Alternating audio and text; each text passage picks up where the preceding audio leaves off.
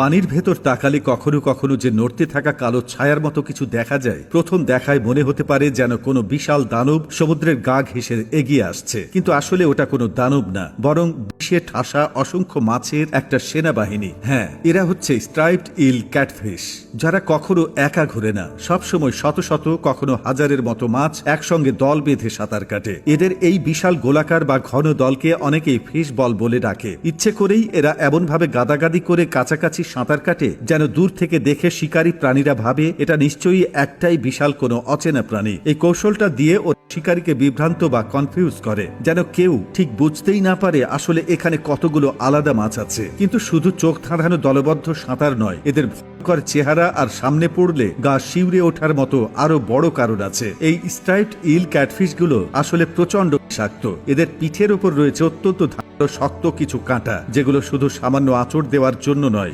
সরাসরি বিষ ঢুকিয়ে দেওয়ারও কাজ করে। এই কাঁটাগুলো শরীরের ভেতরে থাকা টক্সিন গ্ল্যান্ড বা বিষ গ্রন্থির সঙ্গে সরাসরি যুক্ত থাকে।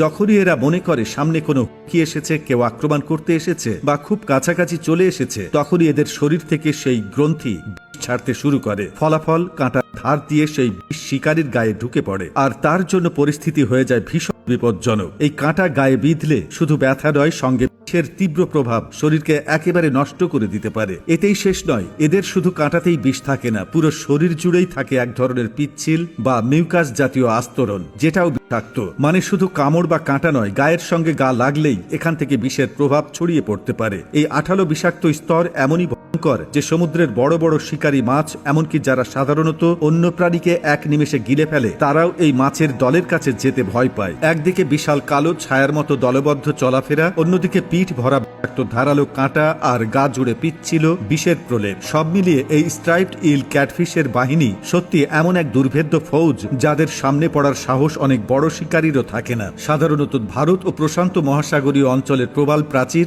অগভীর জলাশয় কিংবা নদীর মোহনায় এদের দেখা মেলে। মজার ব্যাপার হলো, এই অদ্ভুত ফিশ বল তৈরি করার প্রবণতা মূলত কম বয়সী বা কিশোর মাছদের মধ্যেই বেশি দেখা যায়। বয়স বাড়ার সাথে সাথে এরা দল থেকে বিচ্ছিন্ন হয়ে একা থাকতেই পছন্দ করে। বালি বা কাদার নিচে লুকিয়ে থাকা ছোট ছোট কাঁকড়া, চিংড়ি ও কেঁচো জাতীয় প্রাণী এদের প্রধান খাদ্য। তবে মানুষের জন্য এদের বিপদটা একটু আলাদা। ভুলবশত কোনো ডাইভার বা সাঁতারু এদের সংস্পর্শে এলে অসহ্য যন্ত্রণার শিকার হতে পারেন। কাঁটা বিঁধলে তীব্র জ্বালাপোড়া, বমি, জ্বর, এমনকি শক খাওয়ার মতো পরিস্থিতিও হতে পারে। তাই সাগরের নিচে এই জ্যান্ত কালো মেঘ দেখলে মুগ্ধ হয়ে কাছে যাওয়ার চেয়ে নিরাপদ দূরত্ব বজায় রাখাই বুদ্ধিমানের কাজ। সুন্দর হলেও এরা যে ছুঁলেই বিপদ, তা মনে রাখা খুবই জরুরি।